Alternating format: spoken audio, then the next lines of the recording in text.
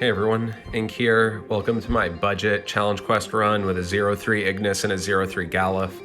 I checked call to arms. I don't normally update these, upload these kinds of videos, but there was no non-Sephiroth run, so I figured this would be good.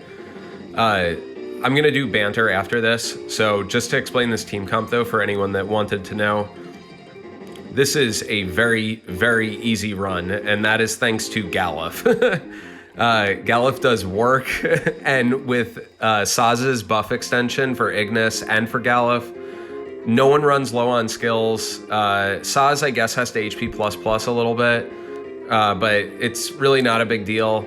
As just, these guys use a lot of magic attacks, so don't stress yourself trying to use Shirahadori twice. That's when Galuf starts countering. So I open with Shirahadori, then I cover somebody, and then eventually I get it back and Shirahadori again so that he starts countering.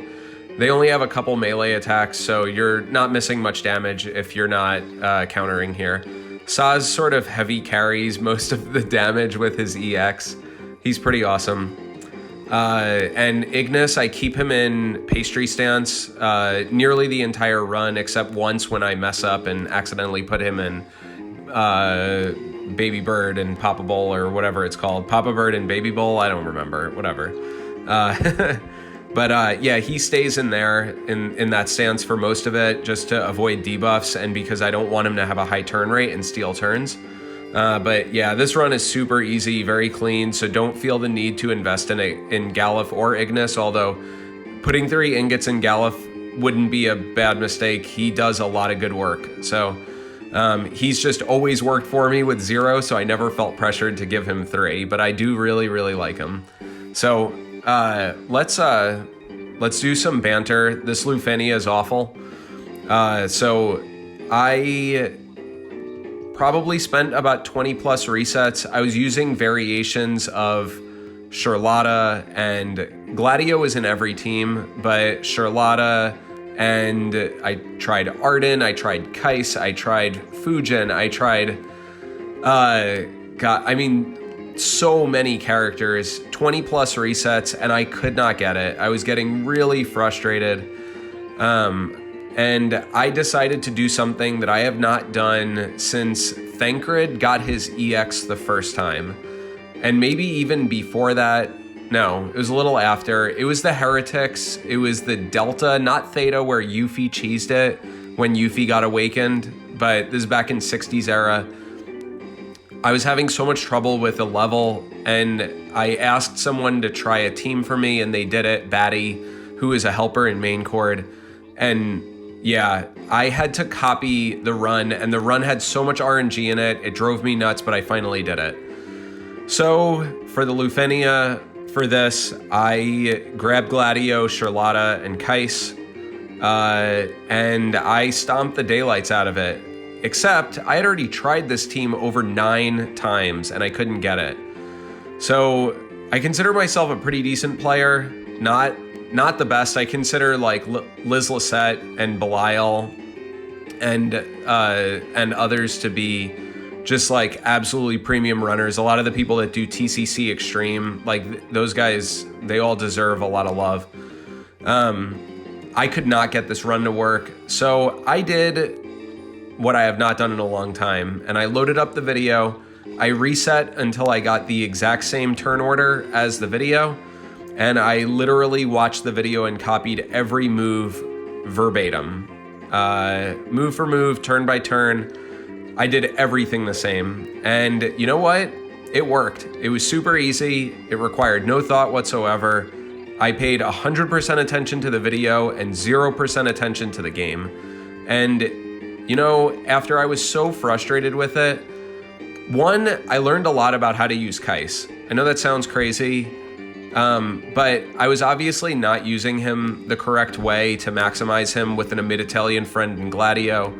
I had Charlotta down, she was fine, but I also wasn't using Gladio right either. I was getting, if you save his LD for the end, you actually hurt yourself because you don't want to give them turns. If you give them turns, the counter goes down by 2 whenever they take a turn. They're pretty fast enemies. So it was causing a lot of, basically just tons of trouble to save Gladio's LD and then wait for the end. So the run I copied, it used his last LD right when they got near like 50% or so, like 60% even. And they set up this genius move with Gladio countering while hero support was on him and immediately swapping him out for a mid-Italian. And because Gladio had countered the enemy, he made them launchable because he had Kais's buff. And a mid-Italian got to launch on the very first turn that they came in. And it was so absolutely efficient that I learned so much about the run. Do I feel bad that I copied a run verbatim and I didn't think about it? No, because my in real life time is too valuable, and everyone's is as well, not just me. Your in real life time to spend either with work or with your family or with your friends is precious. And considering I spent way too much time for myself on this, I was ready to make it go away. I was not going to get a lot of satisfaction out of doing it myself eventually, whenever that would have been. And I just decided to take the easy way out, and I'm really glad that I did.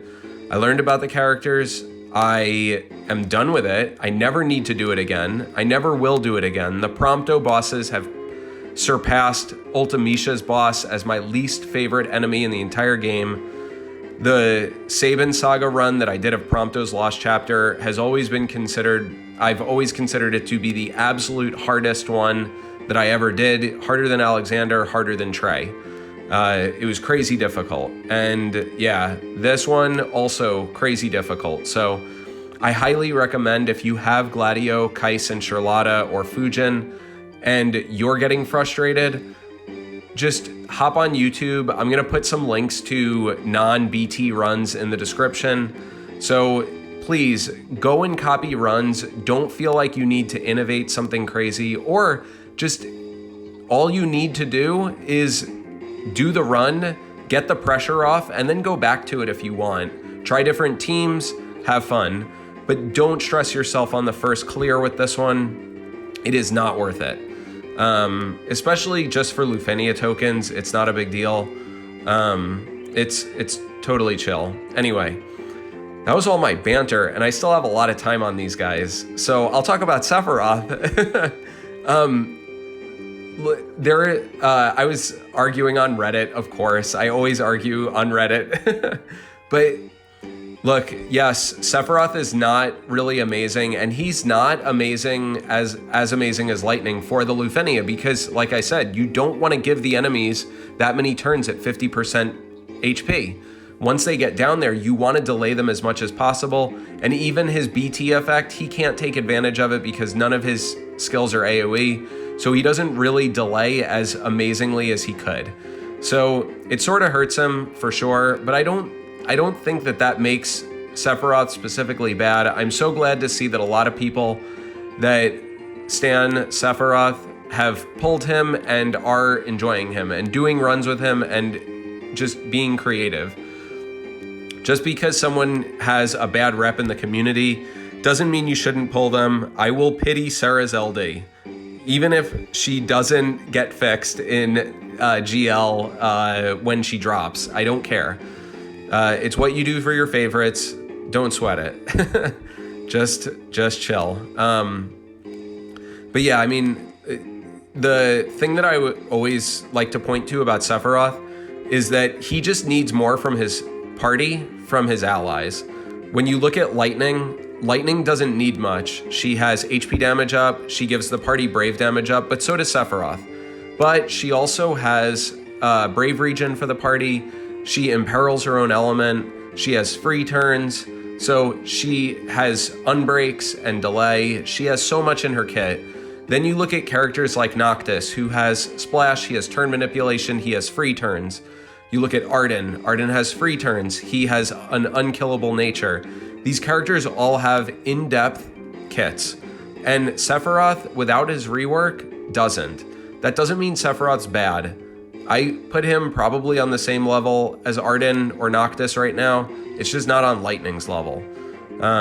I don't know. I don't have Sephiroth. I didn't pull for him right now, so I'm also not maybe the best person to give crazy advice about him, but it's just my opinion that I feel like, considering that he has runs from here until Guy's Lufenia and past it without a rework, means that he's completely viable if you want to use him.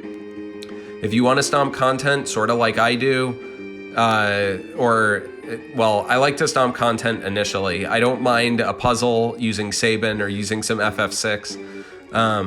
But if you want to stomp it, then just stomp it. You don't have to use Sephiroth if that's your style. I forgot all of the terms, but if you play Magic the Gathering, there's like the notion of a spike. And if you're a spike and you want to use the meta and the best characters, then go for it. You can skip Sephiroth. But if you are, I don't know, Timmy, is that the other one? I don't remember. That one that goes for more flavor, more fun, enjoy it. Anyway, this is one take. I hope you found the video helpful. It's really easy. I just wanted to show people that it's possible.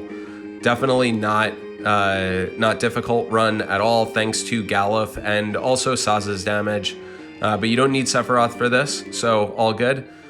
Hope everyone enjoyed. Please have a very happy holiday, everyone. Be well, take care of yourselves, and yeah, good luck in these crazy quests. Bye.